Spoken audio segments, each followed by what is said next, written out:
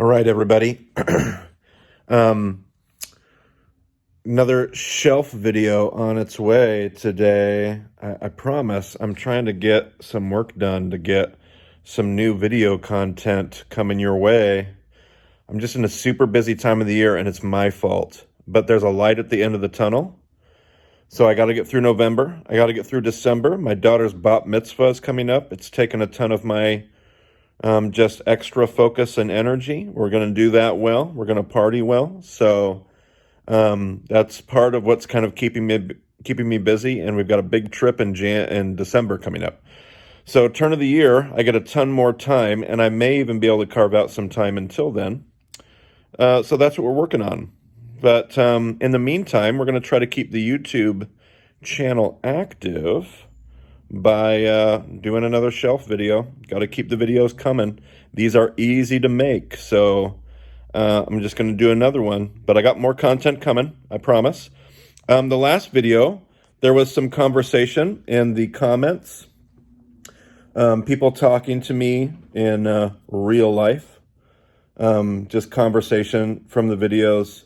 People were asking questions about, man, where do you get all these books? If you haven't read these books, where do they come from? All that kind of stuff. What's my philosophy of reading? So maybe I'll do that today as I get into this shelf. That one right there. We're going to do the next shelf today. But this library came mostly from three places. Either they are books that I bought and subsequently read. I don't buy a book and not read it. So if I bought the book, I read the book. And then two other places. A lot of these books came from one of my favorite days when I was in Bible college. You would walk into the classroom building, which was connected to the library, and right outside the library, they would wheel a cart of books out, this huge kind of mobile shelf of books. And it would start with like a price tag on it, like hardbacks, hardcovers, $1, soft covers, 50 cents. And so I would go through there, and if I saw any books that I wanted, I'd pay the money and I'd buy some books. And then eventually it would become like, hey, hardcovers 50 cents, soft covers $0.25. And I'd go through it again.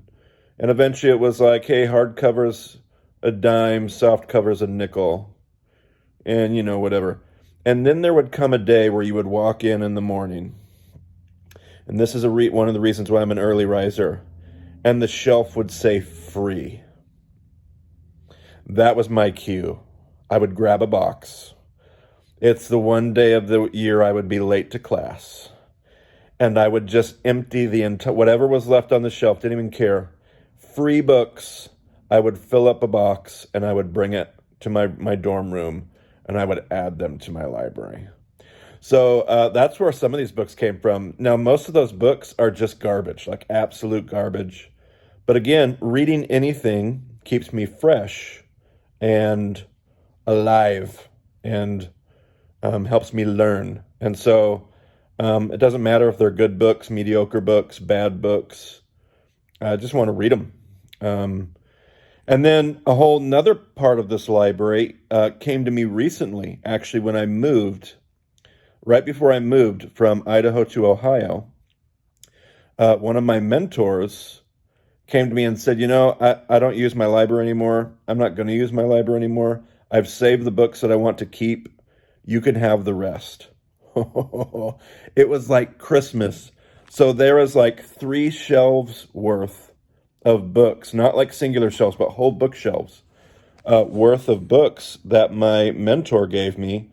And most of those are good books. So I am like super pumped to get into those books. So what's my philosophy of reading? How do I read? So I'm going to show you over here. Let's see. Let's go over here. You see that stack of books right there? See that? That is my to read pile. So whenever I get to the bottom of my to read pile, I jump on Amazon and I do a new book order. And I know there's other places to buy books other than Amazon. I get it. Save your email. But I jump on my whatever website I want to use to buy books. And there are always these names that I will buy another N.T. Wright book. I'm going to buy another Brueggemann book. There's a list of authors, a Pete Enns book. there's a list of authors I'm always going to buy book. I'm just going to buy another book from them. I'm always going to be reading them until I've read everything that they have to say. And so I make sure I'm just buying a whole kind of a cycle of new book orders from my bibliography, which is kind of another part. So there are names that I'm always going to pick up a new book from, but then there's a bibliography that my teacher, really Ray, but other teachers, I've kind of compiled this larger bibliography from the teachers that have impacted me the most. And I'm trying to work through that bibliography because I know that that's where they got their material. That's the bibliography that supports a lot of the things that I learned from them. And so when I talk about my bibliography, and I know that a bunch of you are going to be like, will you share that bibliography? And the answer is no. I don't know why. It just is a treasure to me, and it's special. And I share it very, very few times with people. But it's just something I hold dear, and I treasure it. And the thing about a treasure is you don't just give it away to everybody. You can get mad at me for that, but sorry. So I'm working through my bibliography, and I'm working through... that's where that book order comes from. So then when people send me books in the mail and you hear me getting mad about people sending me books in the mail, I put it in my to-read stack, which makes that stack, it just gets bigger and bigger and more frustrating because it's like Christmas. When I get to the bottom of that stack, where's my finger? When I get to the bottom of that stack, that's like Christmas morning. I get to go buy new books. It's so exciting. Anyway, so I will do a book. So here's how I read. I will do a book or two off of my to-read pile, and then I will do a book or two from my library that I haven't read. So I'll just pick a shelf, and I'll read. Right now I'm reading through that shelf up there. It's my Apologetics and World Religions shelf. And I've read about half of those books up there, and about half of those books I haven't read. And so I'm just reading all the books that I haven't read as I read through. So what am I trying to say? What I'm saying is that I'm always reading books that I want to read and books that I don't want to read. I'm alternating. Like, that's a book that's great. That's a book that's probably bad. That's a book that's okay. That's another book. Oh, that's a surprise. Oh, that book surprised me. It came out of nowhere. It came out of my old library and snuck up, and it was great. So that's how I read, and that's how I go about doing that. So that's fun. Probably a little bit. I'm trying to do that quickly. I'm already 7 minutes into my video. Let's take a look at shelf number. What have we done? 1, 2, 3. Shelf number 4. Let's take a look at shelf number 4. Here we go. All right, it's shelf number 4. What kind of goodies do we got up there? We have my Torah scroll. Yeah, that's cool. We have my shofar. A little picture of the family from way back when, and a little stuffed Jewish man that my wife made me at craft night at the church one night. Let's see here.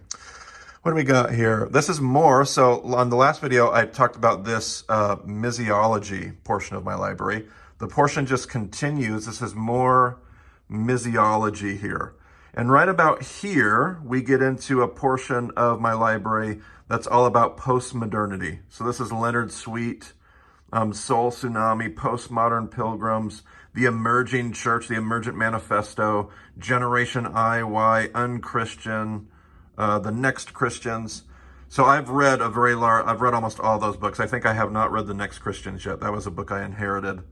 And then a lot of these books, I've read a few of them, but this is a part of the library that I inherited from my mentor, Bill, and those are just more missiology books. So this is a whole part of my library that I haven't read much in, but I'm looking forward. It's brand new. It's brand new to my library. I'm looking forward to getting to it. Okay. So down here, if you remember, I had, this is all Torah. This is my commentary shelf, right? So there's Torah and the prophets. And then I got into, man, I just don't have enough Old Testament commentaries apparently. But there's the Gospels, and then Matthew, and then it keeps going here. So what do we got? We got more Matthew. We got thank you notes from people.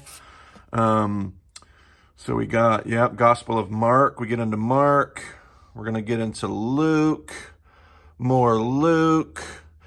Look at that book. This is the book. Anybody that's listened to session 3 of the podcast, there you go, everybody. There it is, in the flesh. The copy.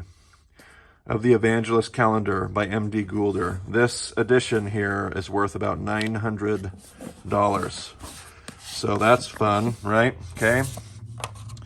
So yeah, and then it continues, but we'll do Thou Shelf next time. What do we got down here? What do we got down here? This is our pastoral ministry. There's some books I had to read for Bible college here. All right, I'm getting down on my knees. Hold on. Let's see here. The Vulnerable Pastor. This is a book by Mandy Smith. Some of you have seen my video about Mandy Smith when she wrote the book Unfettered. This is another one of the books that she wrote. The Vulnerable Pastor. It was excellent. Do I really have a John MacArthur book? That was a textbook for me in college. Yeah, it's true.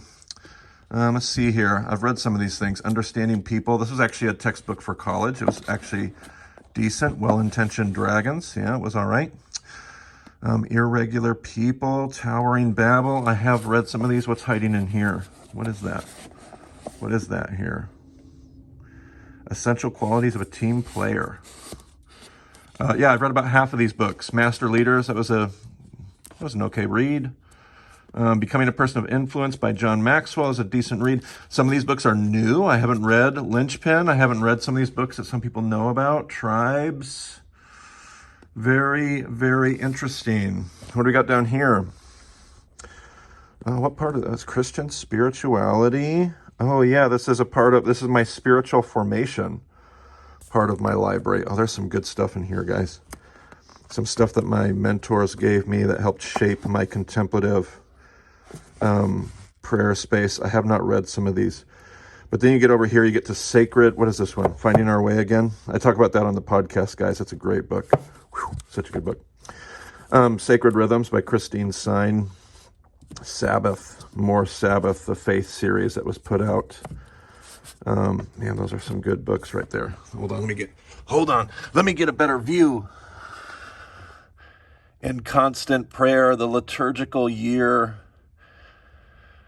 Less is More Than Enough. I had a friend of mine, might even watch this video, who knows. Man, this is just like the most awkward place behind my chair. Hold on. Oh, we're going in. All right, here we go, right here. This book, Less is More Than Enough.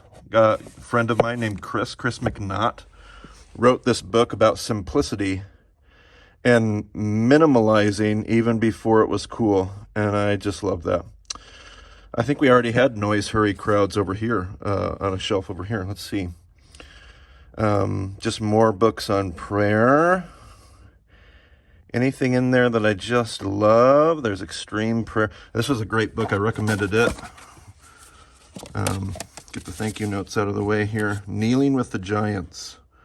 That was a great book on prayer that ended up being a recommendation to all my people. To all the people that listen.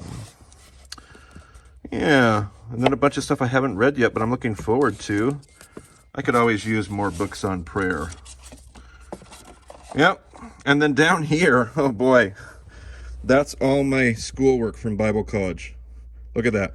Those are the sermons I had to write for preaching class. Those are all my college papers. That's funny. We had to put together a notebook of illustrations. And then all the college classes that I took on Bible are all there. Intro to New Testament, Intro to Old Testament. Yeah, this was what we had to do in freshman year. This is what your freshman year project was for.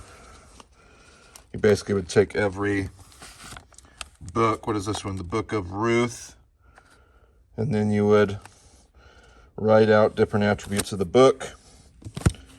It was your big project. You got graded on. There you go. Oh man, let's turn my camera around. There you go, everybody. Told you I was hiding back here behind my chair. Look at my chair. Yeah, I'm hiding back here. This is the lengths I go to show you my shelf. I'm breathing heavy because I'm that committed to giving you great video content.